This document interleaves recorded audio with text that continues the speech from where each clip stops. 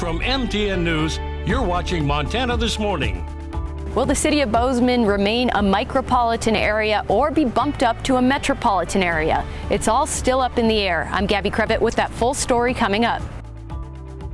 Scam artists are targeting people looking for the COVID vaccine. I'm Nichelle Medina with how criminals are trying to capitalize on the coronavirus shots. Well, you're watching Montana This Morning. Happy Thursday. It is 6:30. Holly Brantley here with Matt Elwell. And we just can't stop talking about how nice it's going to be today, Matt. It's beautiful. I love to be able to get out and enjoy some nice, fresh weather. Temperatures should be warming up very quickly today. And the weekend, we get that more winterish feel. Daytime highs today into the 20s. Looks like a pleasant afternoon as our sun is getting ready to head over the horizon. Our daytime highs around the 60-degree mark for Bozeman, probably upper 50s to mid 50s in the Butte area. But we do have snow that is heading our direction in time for the weekend. We're going to break it all down for you coming up in just a few minutes. All right. Thank you, Matt. The city of Bozeman is expecting the population to surpass 50,000 residents in the 2020 census. That would normally mean a city is bumped up from a micropolitan area to a metropolitan area. But MTN's Gabby Crevitt tells us the federal government is talking about changing that definition. Recommendations to the Office of Management and Budget are proposing that metropolitan statistical areas be increased from 50,000 residents to 100,000. And while it's still early on, this proposal has the city of Bozeman concerned. For the federal government now to be pulling the rug out from under us and changing the rules is very disappointing. Bozeman City Manager Jeff Mihalik says the city is vehemently opposed to recommendations made to the Office of Management and Budget to increase the metropolitan statistical area to 100,000 people. Mihalik says the city has been preparing to move from a micropolitan to metropolitan statistical area, and this proposal could impact federal funding from water to sewer to transportation and beyond. But the biggest concern is really the removal of community development block grant funds from the city, where we would be able to use that money for affordable housing. Bozeman's mayor agrees raising the minimum population for a metropolitan statistical area would jeopardize funding. As you grow and get toward that 50,000 population, at least at this point, you are entitled to receive more money from the federal government. And with this change, that puts any current funding that we might get into jeopardy. In a summary from the Federal Register, the proposed recommendation is for statistical purposes only and wouldn't affect federal funding. Mihalik doesn't buy it. If it really is non-statistical activities, then my first question would be, then why are you making this change? What impact will it have on cities?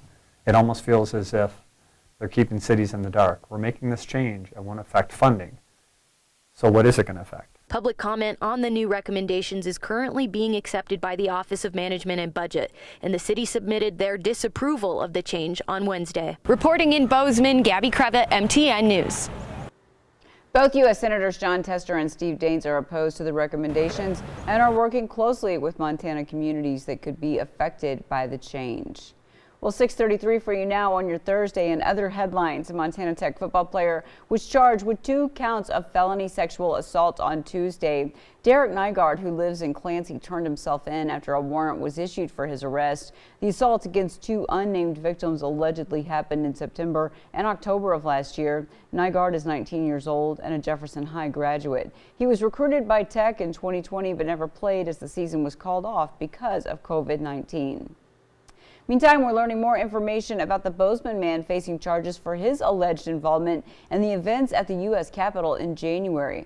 36-year-old Andrew Cavanaugh owns Tactical Citizen, a business in Belgrade that provides firearms training. Court documents say Cavanaugh is seen in a video on the first floor of the U.S. Capitol near the small House Rotunda.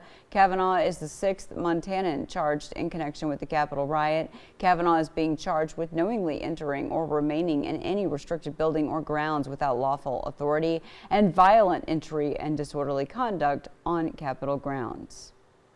A bipartisan group of former elected officials have filed a legal challenge to a new law that gives the governor the power to appoint judges.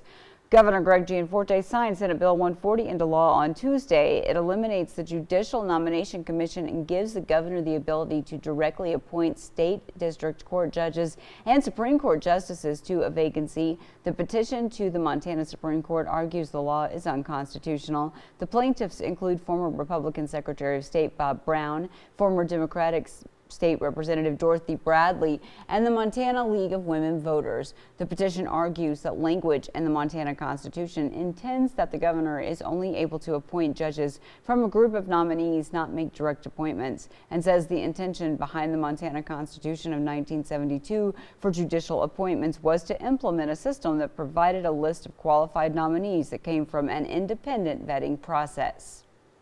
Meantime, the Gianforte administration is pitching its proposal for expanding high-speed internet across Montana, and it's a big one. It's asking lawmakers to authorize at least $350 million in federal funds, which the Gianforte administration says is just half of what's really needed. The state commerce director says much of Montana has internet speeds or access that is well below what's needed for most commercial development or other common uses.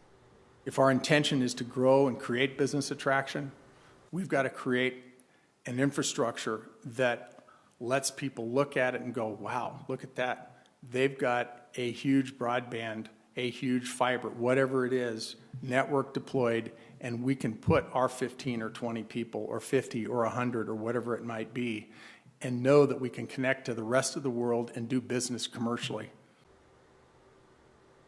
Later on for you today, MTN News will have a more comprehensive report on the debate over how and how much Montana may be spending in federal dollars to expand high-speed internet across the state. Well, now for a check of numbers, there are now 19 confirmed cases of COVID variant strains in Montana. State health officials say the Centers for Disease Control notified them of California and New York variant strains. The strains are in several counties in the state, including Beaverhead, Jefferson, Madison, and Butte-Silver Bow. There are more UK variant cases confirmed also in Gallatin County.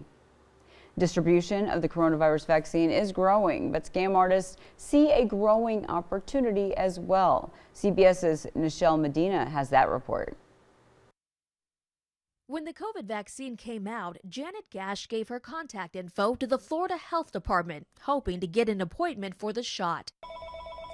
Later, she received a call, but something didn't seem right when the caller asked her to spell her name. I said, you should have my name, you're getting in touch with me for the vaccine. Gash was suspicious and hung up for good reason. Officials have put out numerous scam warnings. Criminals often call or email seniors offering fake vaccine appointments for money. When someone calls you on the phone, just automatically be very suspicious and don't give out any information.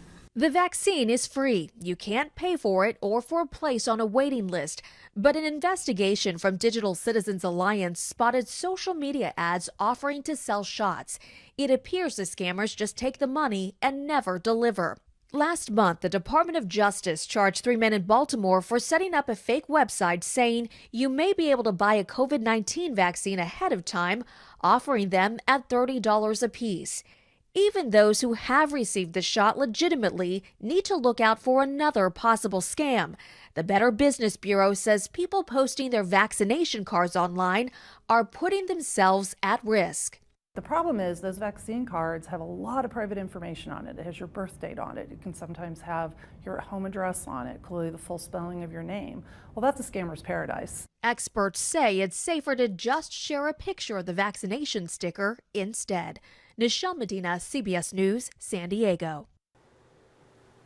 Well, 6:39 for you on this Thursday. We have more weather and news coming up, including a few scientists say they want to build a doomsday vault to hold copies of Earth's biology, including humans. It's not a new idea, but where it would be built is definitely new. Find out the proposed location after the break.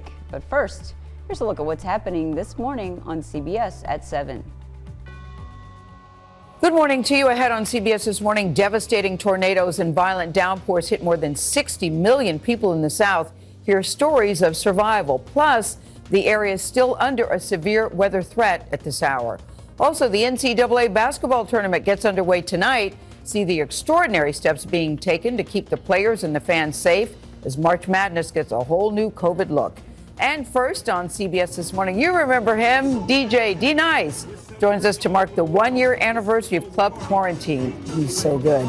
His groundbreaking Instagram Live series that kept fans very entertained during this pandemic. Can't wait to talk to him. You see you at 7 o'clock on the dot.